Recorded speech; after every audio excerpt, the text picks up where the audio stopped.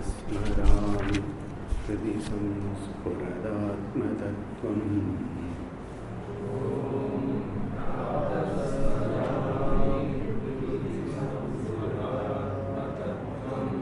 Satchit Sukham Paramahamsagatim Turiyam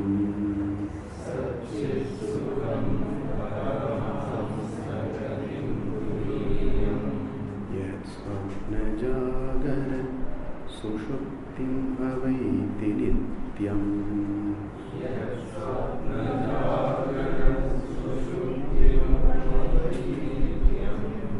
Tad Brahmanishkalamaham Nacha Bhuta Sangaham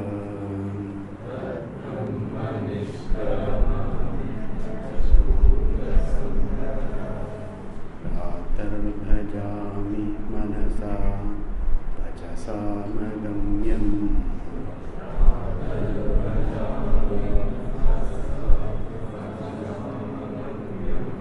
vacho vibhanti nikhila yadanugrahena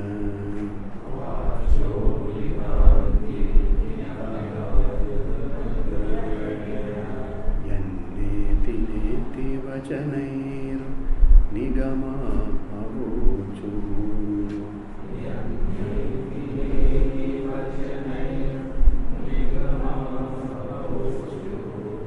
tam deva devam ajamachyutam ahuragriyam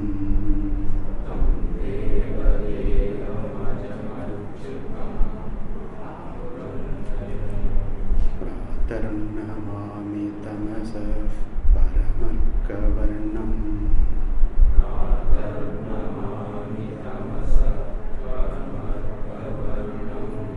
Purnam Sanatana Padam Purushottamakhyan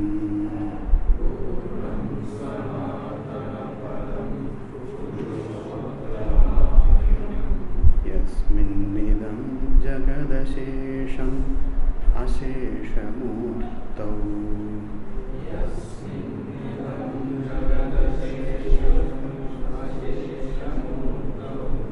Rajvam Bhujangamayiva Pratibhasitam Vai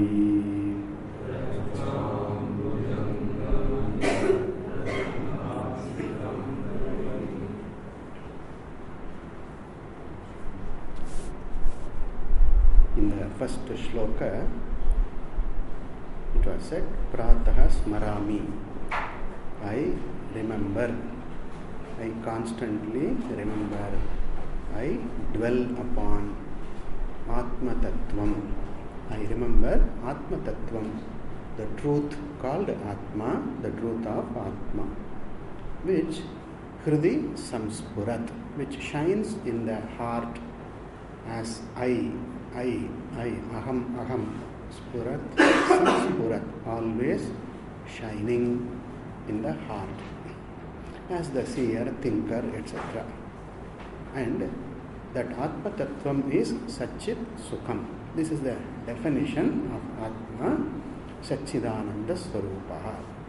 Sat, the truth, the existent entity, Chit, the consciousness, because of which everything is alive, all living beings are alive.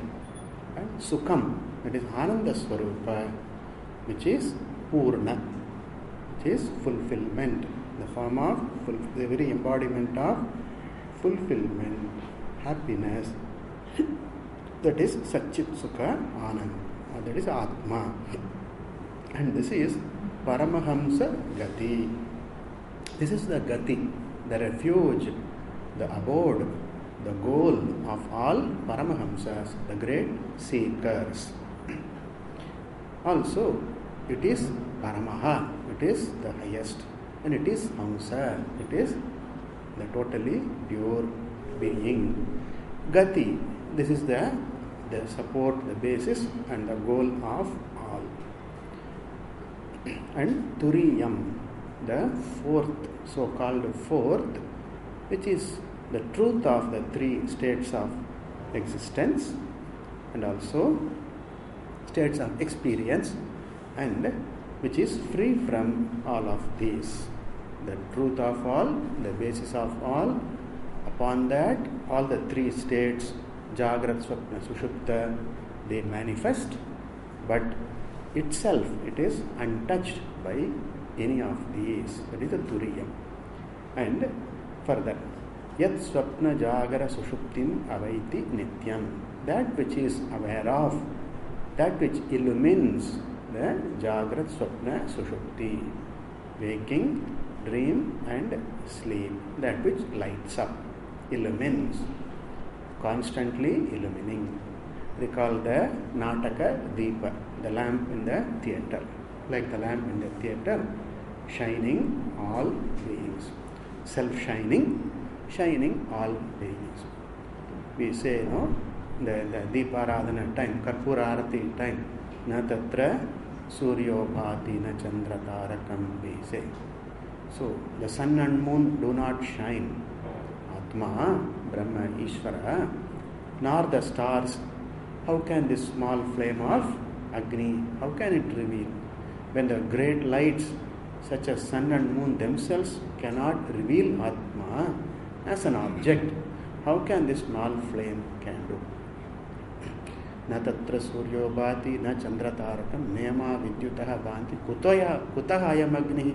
How can this small waving flame of light, how can it reveal the all-pervasive, self-effulgent entity? The truth is that it need not be revealed, it is self-revealing, right? Like even the sun need not be revealed, it is self-revealing. Tasya bhasa sarvamidam vibhati. By the light of that Atma, everything shines, right? So, this Nityam Avaiti. Tad Brahma Nishkalam. That Brahman which is Nishkalam, Nishkala, which is free from aspects, free from parts, that I am. Aham Tat Nishkalam Brahma. I am that Nishkalam Brahma. I am Paripurnam Brahma Aham. I am that Brahman which is Paripurnam. Pari means either way, both ways. That is always. Samantat. Pari Samantat. Pari means Samantat. Whichever way we look at, before and after, here and there, right? Now and later, any way you look, here and there, this and that, whichever you look, it is Paripurnam Brahma. Natu Bhuta Sangaha. I am not this Upadhi. That is, the Upadhi is not the truth of me. Upadhi is Namarupa. Upadhi, the body and mind and senses. This is Upadhi. I am the Chaitanyam which lights up. This Upadhi. I am not alive because of the body is alive because of me. The mind does not light up me, the Atma Sakshi. I light up the mind. Na Bhuta Sangaha. This Bhuta Sangha is inert. I am not inert. I am not a Jada. I am a Chaitanya Swarupa. And this Bhuta Sangha is brought together. Assembly, it is put together. It's a composite. Body is a composite. Right? Mind is a composite. Composite made up of Sukshma Bhuta. Whereas I am not a composite entity. I am the Ekameva Advitiyam. I am the homogeneously one being. I am the truth of all. And this Bhuta Sangha being inert, it does not have a purpose of its own. It only serves the purpose of the owner, the wielder. Right? I, the Atma, I am ever full, and therefore There's no question of serving a purpose for Atma. The Jiva has purposes. The Jiva, that is Chidabhasa, the reflection of the consciousness in the mind or in avidya, the Jiva has purposes of Dharma, Artha, Kama, Moksha. Those purposes are there for the Jiva. But for me, the Atma, I am ever free, I am ever fulfilled. Therefore, nothing needs to be, I don't need to be served by getting or getting lost, getting rid of anything. Okay? By getting something or losing something, I don't become full. I am ever pure, I am ever full Atma. And this Bhuta Sangha is limited, I am unlimited, I am limitless Atma. Body has limitations, I am free from all limitations. I am ever free from all limitations. Then the second verse, Prataha bhajami manasa. I dwell upon, I meditate upon Atma. I seek Atma with whole heart. As a whole person, as a whole being, I seek to understand.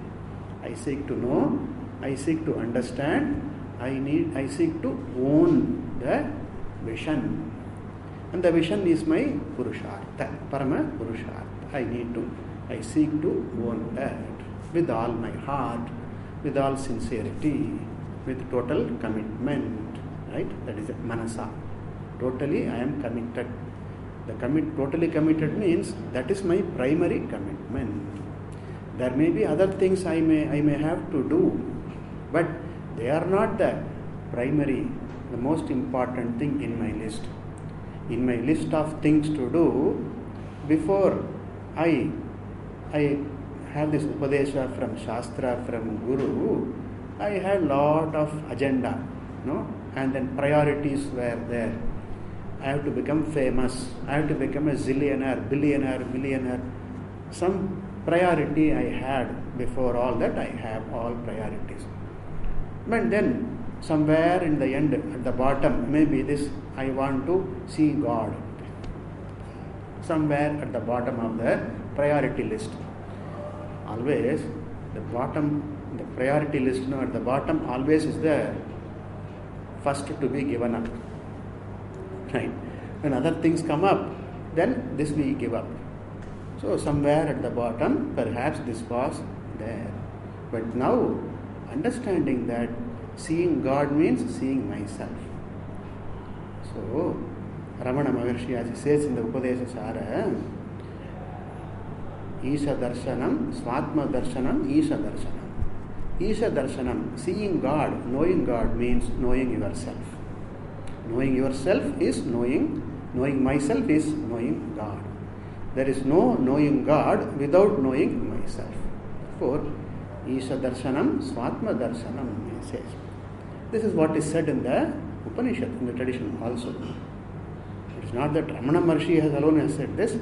Ramana Maharshi has said what all rishis have said. Okay, here. Now, therefore, when I discover the need to understand myself, to look into myself, why should I look into myself? Because I want to live in fulfillment. I don't want this hodgepodge living, right? I don't want to be satisfied with the incompleteness. I want to live every moment of my life to the full, right? Fullest satisfaction, I want to live every moment of life. That is abiding satisfaction, abiding happiness I want to live in. This is my Purushartha. In fact, this is the Purushartha of every being, every human being. But the human being does not know how to make it, how to be that. Therefore, when I discover, here is the way, here is the means to live my life to the fullest, right? In the happiest frame, in the most satisfied condition, abiding frame, I want to live. This when I discover, then I pay attention to that manasa.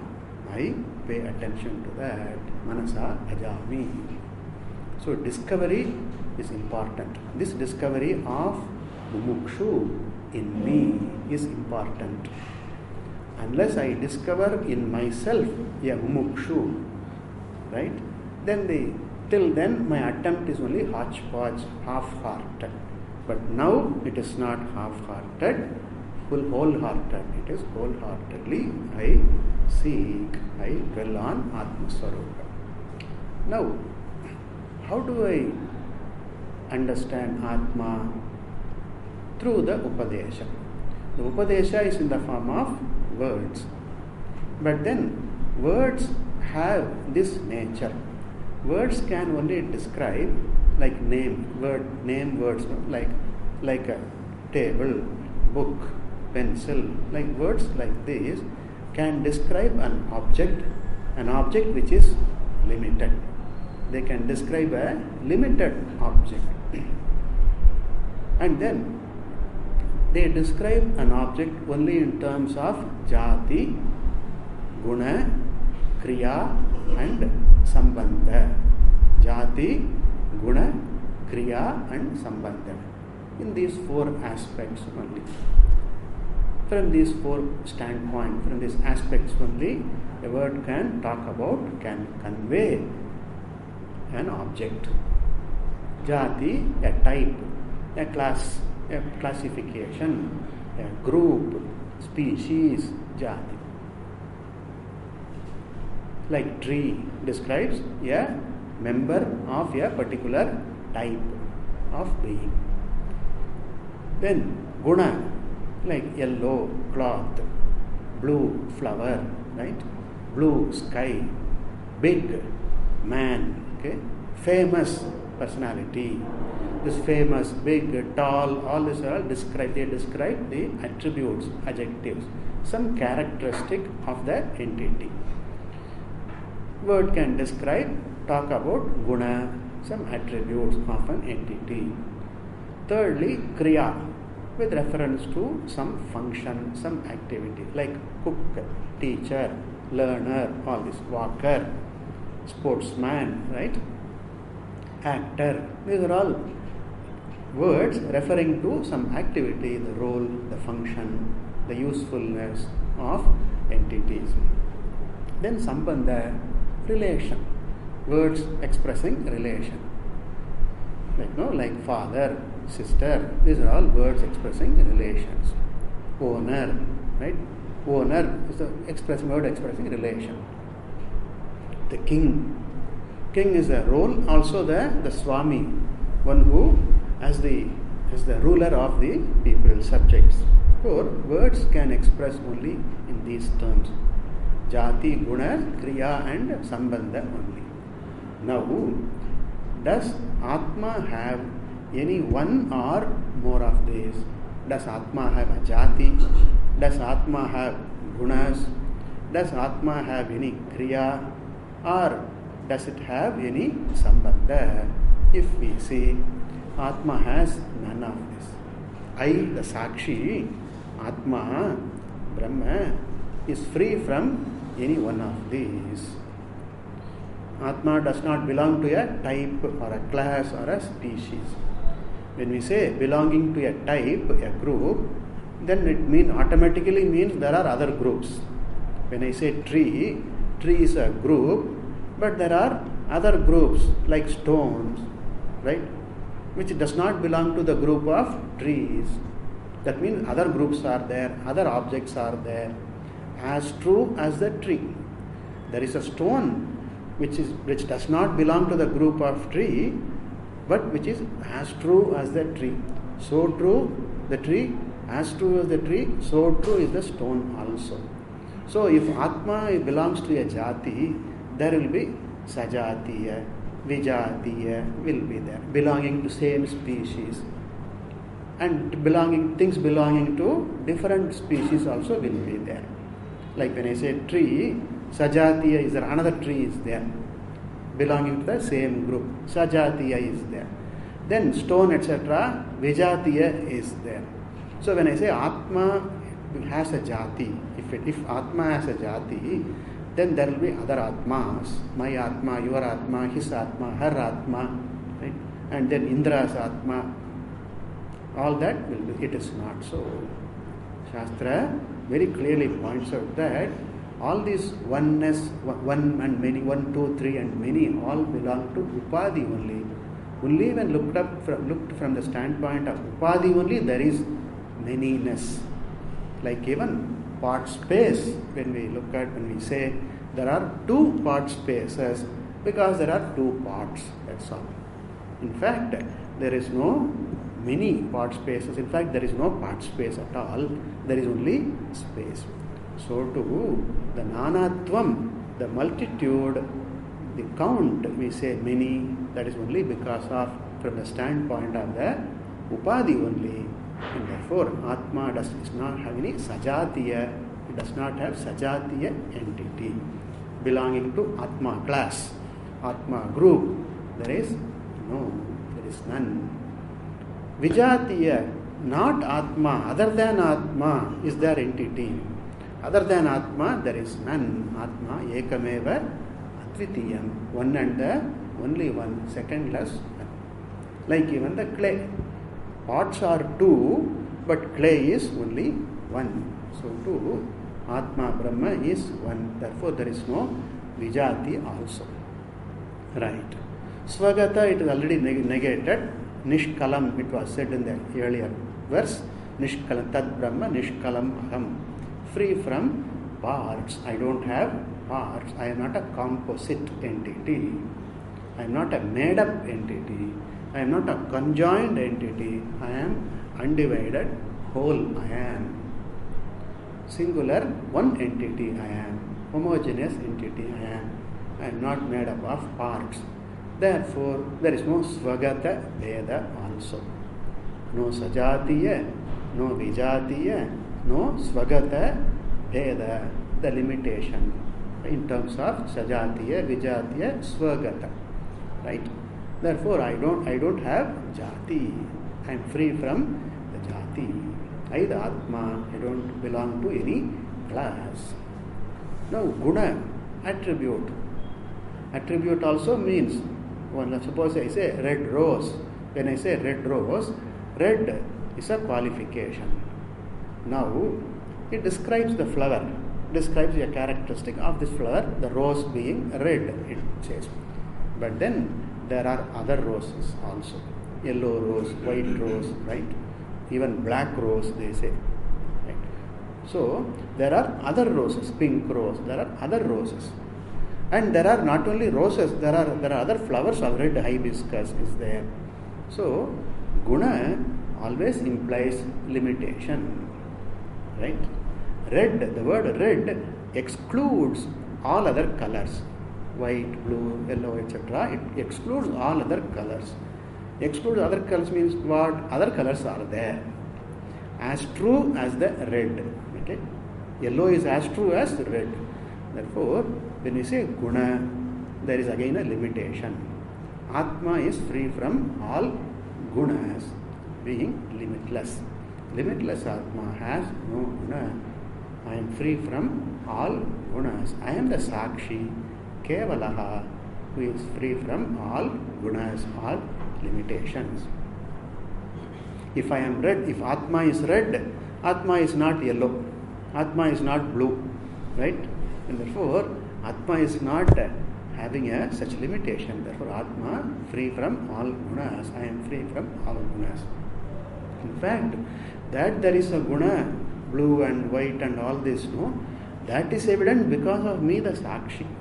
I light up the existence of gunas such as big and small, tall and short. I light up fat and thin, all these young and old, right?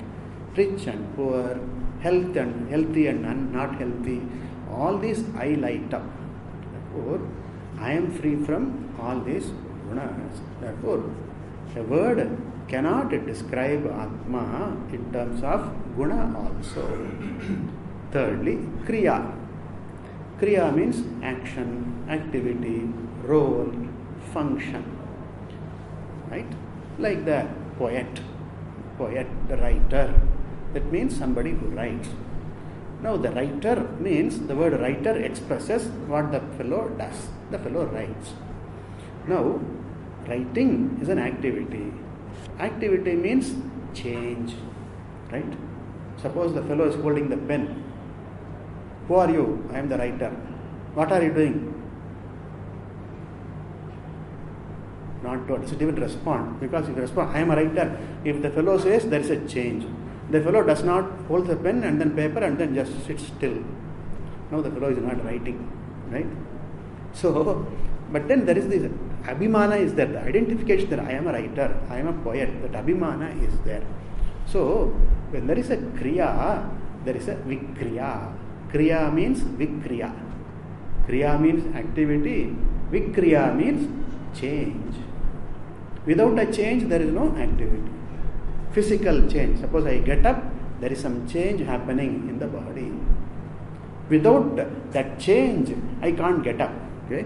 I may be lifted up, bodily lifted, but I can't stand up unless there is some change in the body.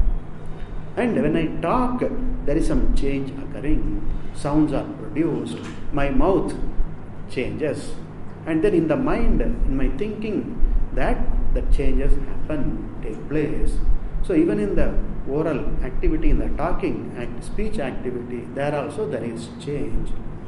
And manasa activity, mental activity like thinking, deliberating, deciding, all this, planning, right? Learning. In all this there is a manasa vikriya also. In the manasa kriya, in the mental action, there is manasa vikriya also. There is change in the happening in the mind. Therefore, any kriya means vikriya, there is change. Vikriya means what? There is a change. Something has changed means it was not like this earlier. Earlier it was not like this. Earlier what way it was, now it is not so. And when it's undergoing some activity now, it is not going to be in later future, it's not going to be in the same way. Therefore, there is a change. That is, it is not the same as before, right, as earlier. Now if Atma has any kriya, Atma is subject to any kriya, then Atma will undergo mutation, change. When the Atma change means its innate nature also will undergo a change, and finally it will end up as anatma, right? Doing, being active. Atma changed slowly, and then finally became anatma. That's why they say, like Bhagavan, God did a mistake by creating the universe. Why? Because He became the universe, so that finally He became this and that and this and that, and then finally He was reduced to such a small, insignificant entity. Like the big lump of clay, pots and were made out of this clay, and then finally the lump got lost. There was no lump of clay. So God made sun, God made moon, God made you, God made me, and then finally He became Chota, God, insignificantly small God. And then why did I create? Why did I create? Banged his head. Why did I create? Because I became small. Great mistake I did. So, and then some say, God died. God died long ago. When He created the world, God died long ago because He became non-existent. That is not so. That is not true. Here, God is, it's not like not undergoing vikriya, not undergoing a change. Therefore, here, kriya means vikriya. Atma becomes anatma. It is not so, right? Therefore, sada eka rupa, sada achasvabhava. I am of one swarupa, sakshi matraha, chin matraha. I am just chaitanyam. I am just the sakshi. That is the truth of me. That is the truth of me, and I can own this truth. I can live in the wisdom. I can live in my wisdom, in my understanding about that. I can live in fullness when I own the truth about myself. Therefore, here Atma is free from kriya, being free from changes. Also, kriya happens where there is kartrutvam. The notion of doership is there. I am a doer, I do this, I did this. This notion where it is taken as true as oneself, there is kartrutvam. Without kartrutva, there is no kriya, there is no karma. There may be chalanam, there may be movement, but there is not a karma. For instance, the light is shining, the tube light is burning, and the speaker is giving out sounds, and the fan is running, rotating. There is movement here, but there is no kartrutva there, because there is not a chetana, it is not a sentient being. Sentient being, insentient being, there is movement, even wind blows, breeze is there, but there is no kartrutva in that. Where there is a chetana, like in a human being, and then there is a kartrutva. Where there is kartrutva, there only karma is accounted. We don't say, the fan has been running for hours now. The fan must be paid a salary. Pay a salary to the fan, because the fan has been working whole month. So pay a salary to this fan and this fan. There is no kartrutva there. There is only movement. Okay. Now, Atma, if Atma has kartrutvam, if karta is the truth of Atma, then Atma, there will be karma, there will be change in the Atma. But fortunately, Atma is not the karta. Atma is the sakshi of the karta. Atma is not karta. I am the sakshi of karta also. Kartrutva, I am the sakshi of kartrutva. Sometimes kartrutva is manifest. Sometimes kartrutva is not there, not manifest. Like even, when you are just relaxing, there is no kartrutva manifest. And you don't think of anything, you are just relaxing, you are quiet. You are not dwelling on anything, you are not planning for anything, you are just relaxing. At that moment, kartrutva is not manifest, is not at work. It's not that kartrutva has gone away from me, but kartrutva is just suspended. Just suspended, like even in sleep. The kartrutva is not manifest there. I am the sakshi of kartrutva, not manifest also. And when kartrutva is manifest, like when I am reading a book, when I am talking, there is kartrutva. And I am the sakshi of that kartrutva also. So Atma is the sakshi of kartrutva, but Atma is not karta. Atma does not have kartrutva. Atma is akarta, abhokta. So, being akarta, akartru is the swarupa of Atma, and therefore there is no karma, no kriya. Thirdly, karma is necessary. Karma comes into play only where there is some want, some sense of lacking is there. I don't have something, I lack something, I want to get it. I think that getting it will make me happy, will satisfy me. That sense of the want, the lacking is there, wanting is there, there is incompletion is there. There only kartrutva will come into picture. You remember? Avidya, kama, karma. This chain we say avidya begets kama. Kama is a desire born out of unfulfillment. And that desire triggers me into karma, the action, to fulfill that desire, to remove that unfulfillment, the sense of want. Therefore, avidya, kama, karma. So, Atma, if it were unfulfilled, then it would have kama, it would have karma. Atma is ever pure, nitya, purna, nitya shuddha. It is therefore nitya purna Atma. There is no sense of want in me, the sakshi. In me, the sakshi, there is no sense of want. That's why I said yesterday, when we look, what do we want really?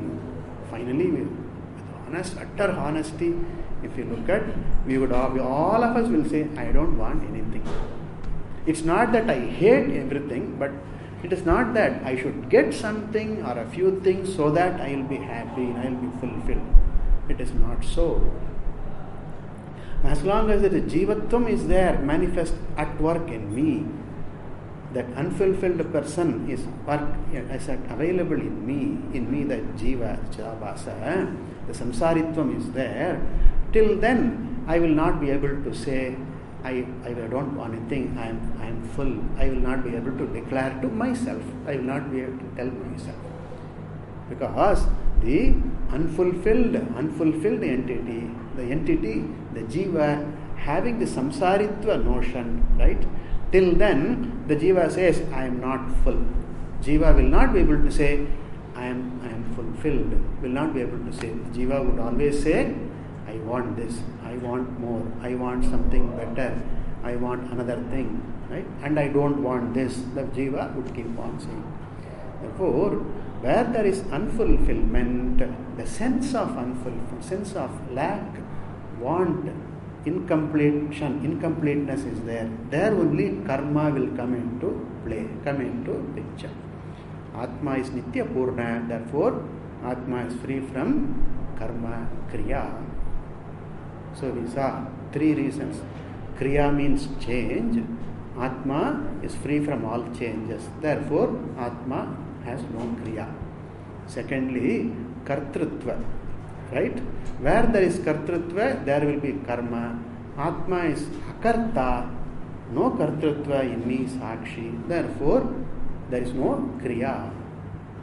Thirdly, where there is unfulfillment, incompletion, there only the karma will come into play.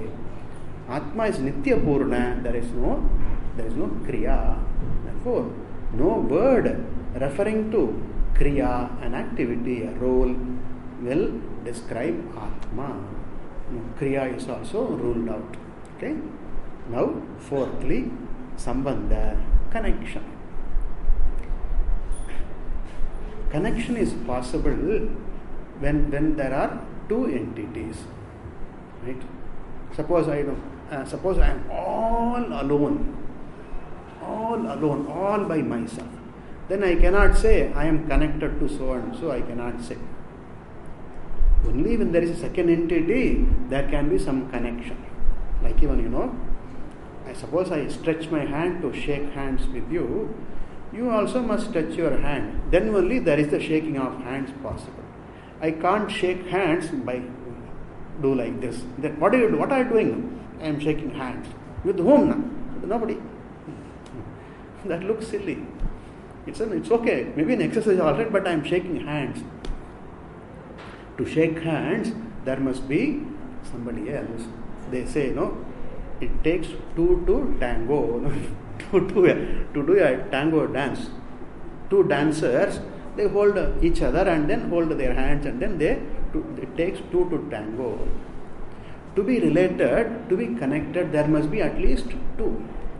There must be two entities at least to be connected. Two or more. Here, are there two real entities? If you say, there is one ekameva, I am the sakshi. How many sakshis are there?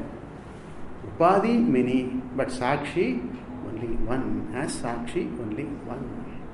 In sakshi, there is no division.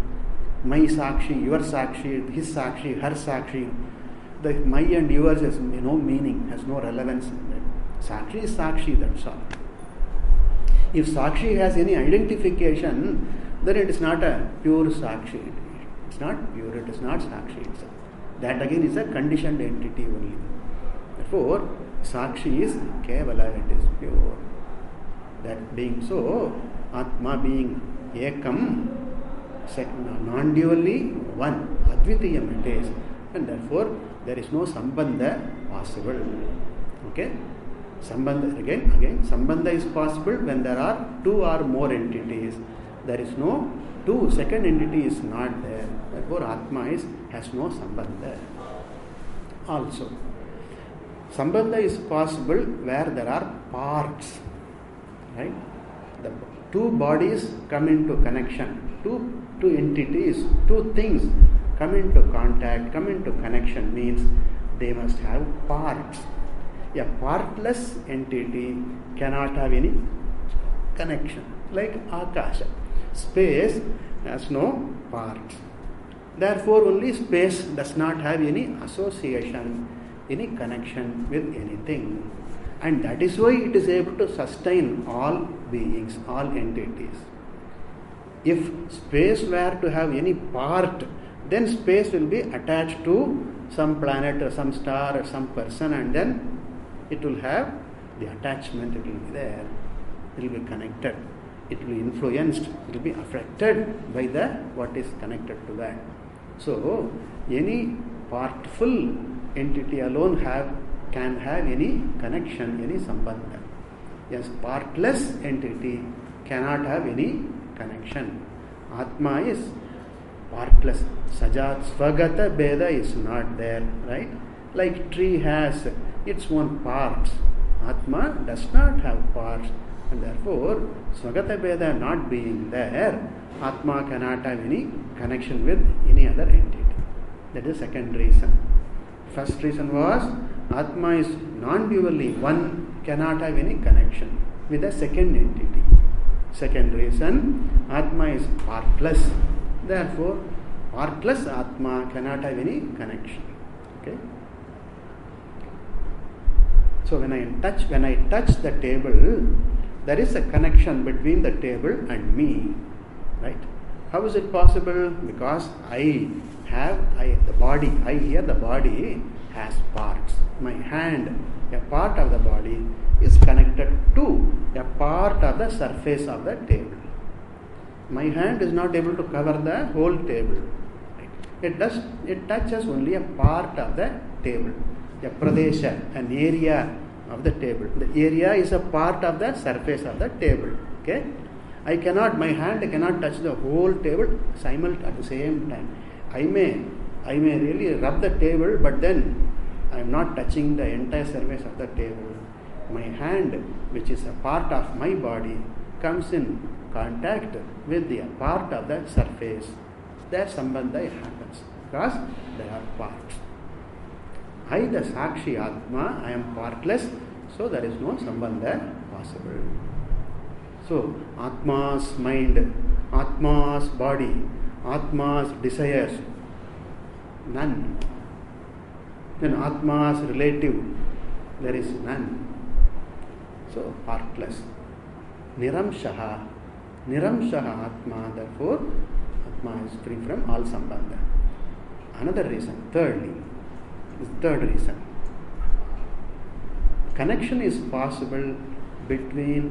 Real connection is possible between two entities belonging to the same order of reality. Notice, two entities must be there, I said first. Now, it's not enough. Those two entities must belong to the same order of reality. Only then sambandha is possible. Example, dream. I have a dream. And in my dream, I saw my friend. And then I talked to my friend. I shook hands with my friend. I had a dinner with my friend. All that I did.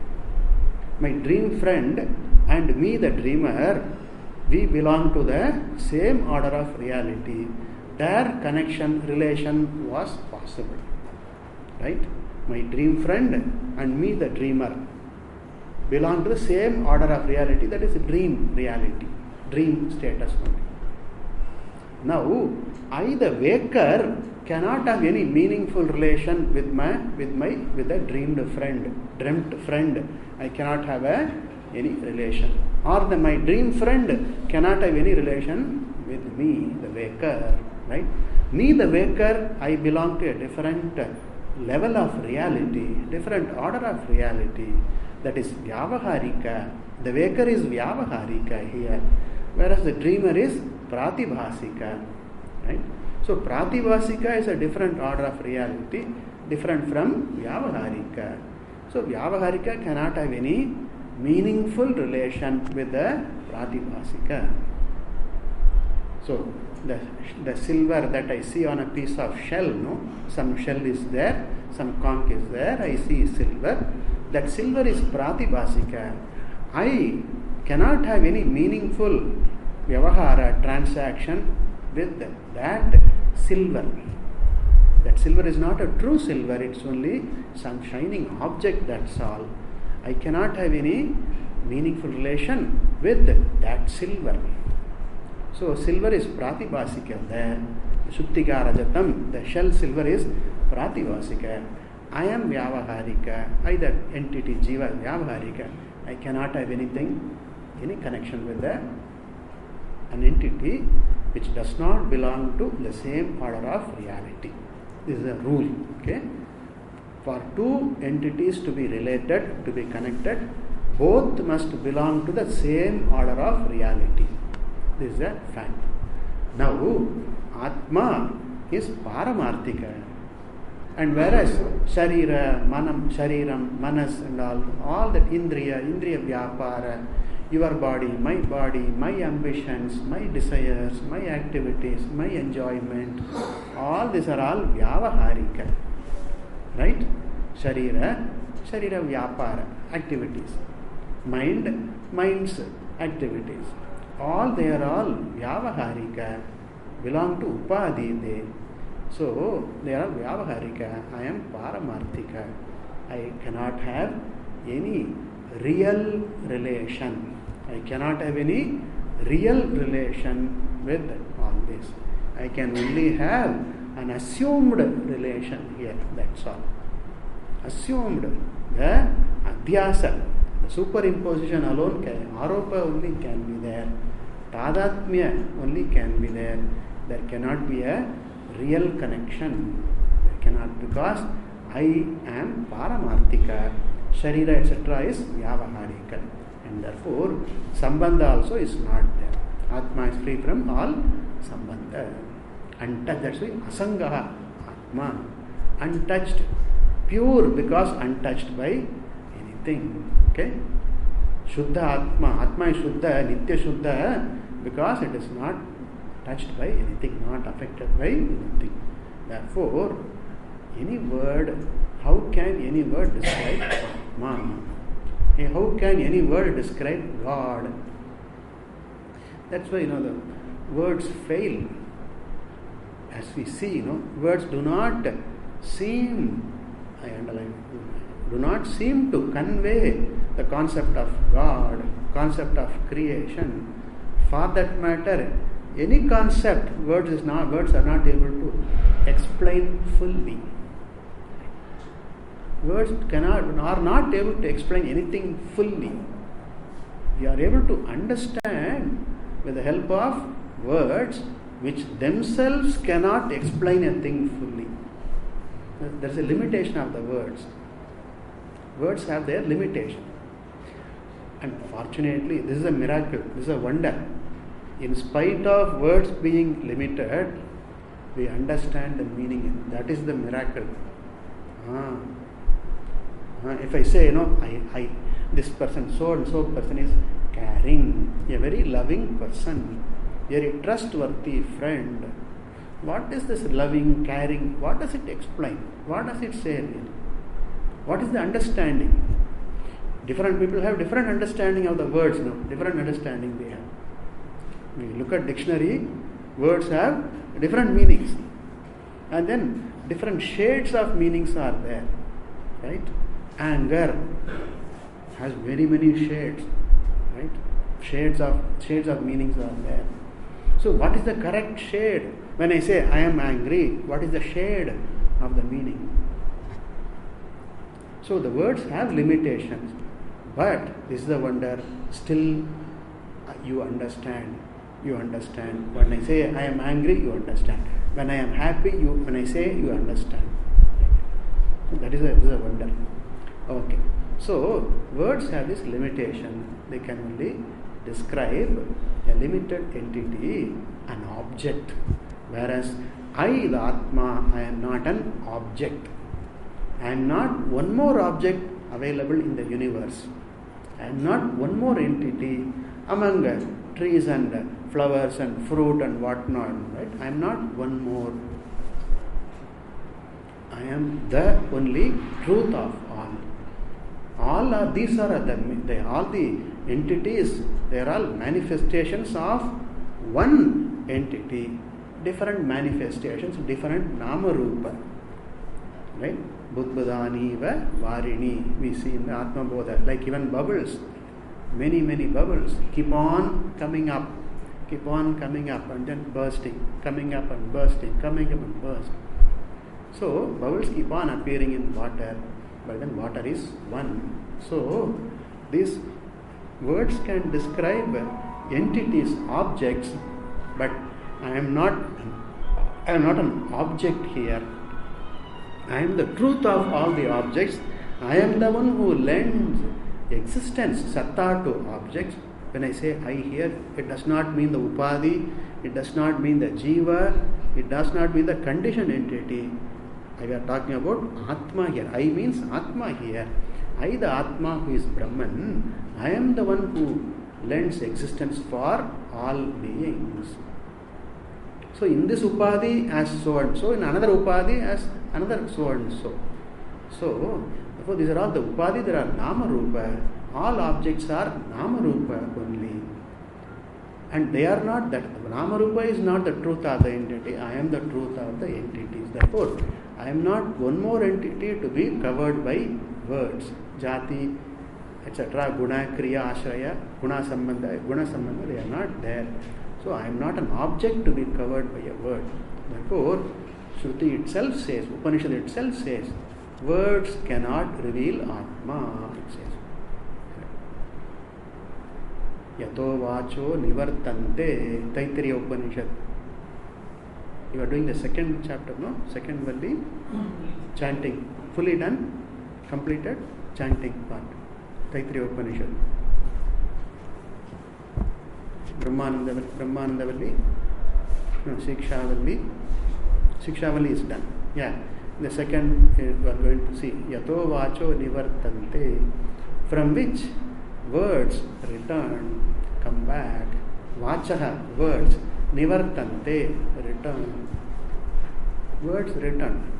That is, suppose I use a word, say I use the word table, I use a word. Then the word, just understand, the word covers, reaches the table. That is, covers the concept, covers the idea, conveys the idea about the table. When I say table, I am able to convey to you the concept, the understanding of the object called a table. Bring me a table. When I say, you understand.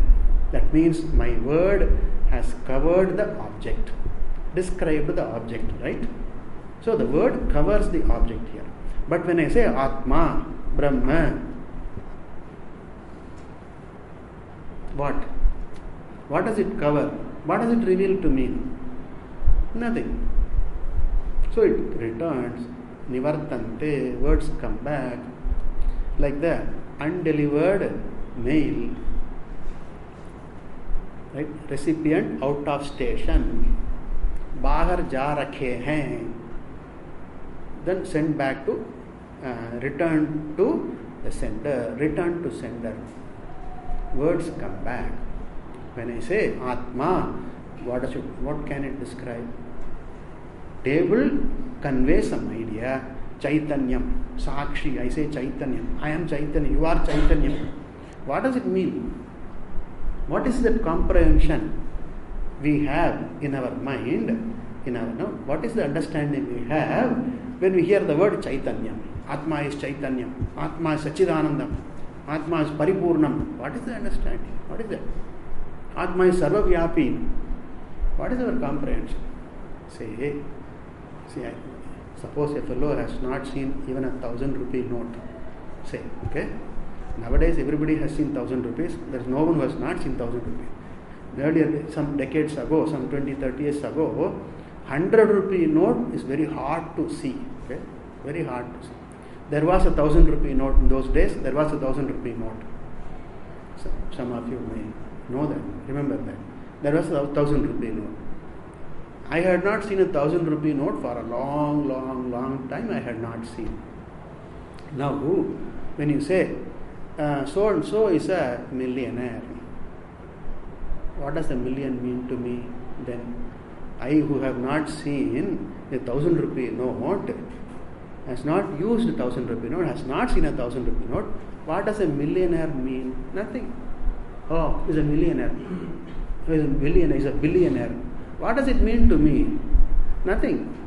I only understand that million means one with so many zeros after. That's all. That's all I know. What does million mean? I don't know anything what million means. Billion, what is billion? I don't know what is a billion means. Because I have never laid hands on a billion or a million. I don't really comprehend what is a million. It's only a concept I have. So it's only vague. I don't know what is a million means, right?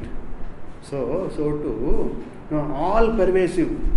What do you understand? What do I understand by all pervasive? It's only a vague idea I have. It's not an understanding of it. Like I assume something very, very big. That's all. Right? Brahman is big. Oh, big. It must be big like a mountain. Big like that's all. I know a mountain. I have seen a mountain. But big means must be something like a big mountain. That's all. So words cannot convey. This is a limitation of the words. Therefore, he says, Vachasa agamyam cannot be reached. Gamyam can be reached. Agamyam cannot be reached by Vachasa. Words cannot be reached by words. Okay. Remember, so far this is a Purva Paksha. This is Purva Paksha. Vachasam agamyam, it cannot be reached by words. It is true. Yes, cannot be reached by words. But then, if Atma cannot be revealed by words, why are there Upanishads? Why is there a Guru? And more importantly, why is there a Shishya? Right? Shishya is not the Shishya wasting his or her time trying to listening to comprehend something which cannot be described by words. What is the point?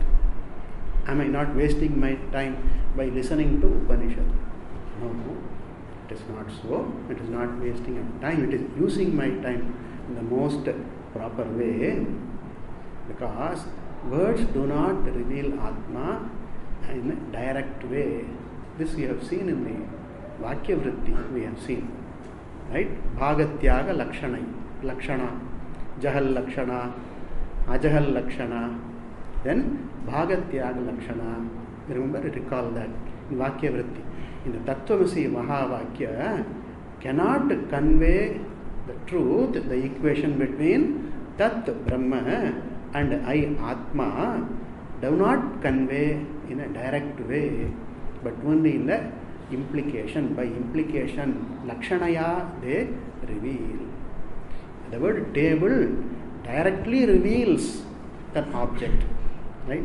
I don't have to infer, I don't have to, by implication I have to understand something. No. Suppose I say, this table is wooden, okay? And then I say, bring me the wood. Suppose I say, bring me that wood. Instead of saying, bring me the table, suppose I say, bring me the wood, I say, then you don't bring a log of wood or a bunch of firewood, you don't bring. You bring the table. I said only wood, but you brought the table.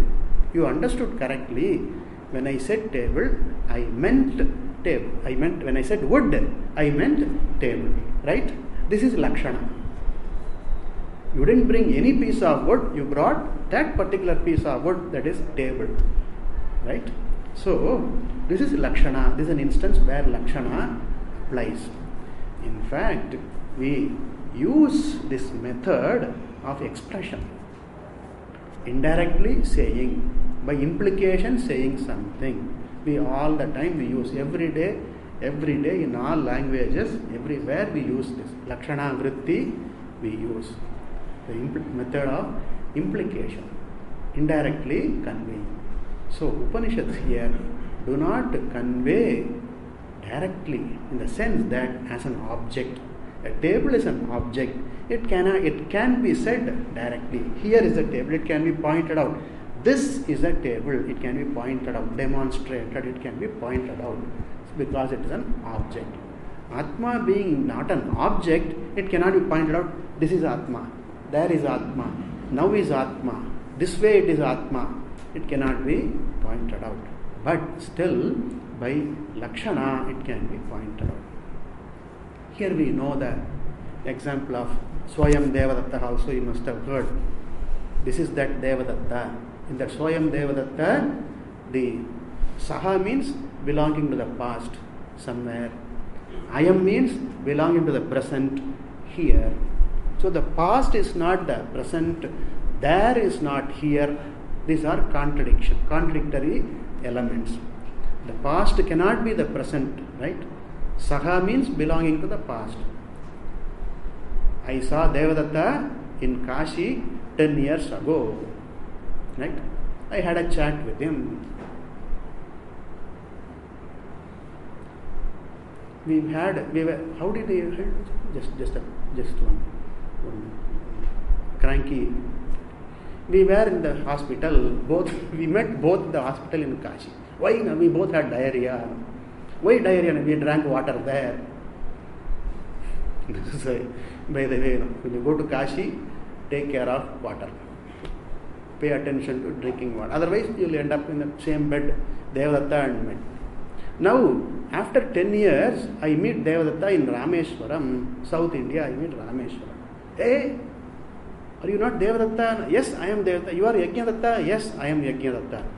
So, we recognize. So, Swayam Devadatta, the person who was there in 10 years ago in Kashi and whom I meet now here in Rameshwara, the past and present, there and here are different, yet we discount those elements there. When we say, hey, Swayam Devadatta, this is that Devadatta, when we discount, we minus, we take away those elements which are conflicting, which are contradictory, it cannot match. Past and present cannot match. But Devadatta matches. There is one element, there is no contradiction. That person is the same. So to here, there is the Bhagatyaga, giving up of the seemingly contradictory, cannot match. What do you say that? Unmatchable. These two cannot be matched, it's given up. In our comprehension, we give up those elements. This is Bhagatyaga Lakshana. This we apply in the Tattvamasi Mahavakya also. So by Bhagatyaga Lakshana, by Bhagatyaga, by Lakshana, indirectly the words convey the root truth about the identity of Brahma and Atma. Therefore, even though Vachasa Agamyam it is said, Vachasa Agamyam as the direct meaning, as Vachya Artha. Have you heard this word? Vachya Artha it is not, but Lakshya Artha it is. By Lakshya Artha, method of Lakshya Artha it conveys. What is said here, Vachasam Agamyam, it means it is not the Vachya Artha of any word, of any group of words. Vachasa Agamyam. Okay. Vachasa Agamyam really means here, it is not an object, that is the meaning. Cannot be revealed by words means it is not an limited object. That is the meaning we have to take. Words can reveal directly an object which is limited, right? I am not an object and I am not limited, therefore words cannot reveal. This is the meaning we should take. Cannot be revealed by words means it is not a limited, it is not an object. It means Atma, I am not an object, I am not limited. That is the meaning we have to take. Okay. Further, we will continue. Purnamada Purnamidam Purnat Purnamudachyate Purnasya Purnamadaya Purnameva Vasishyate.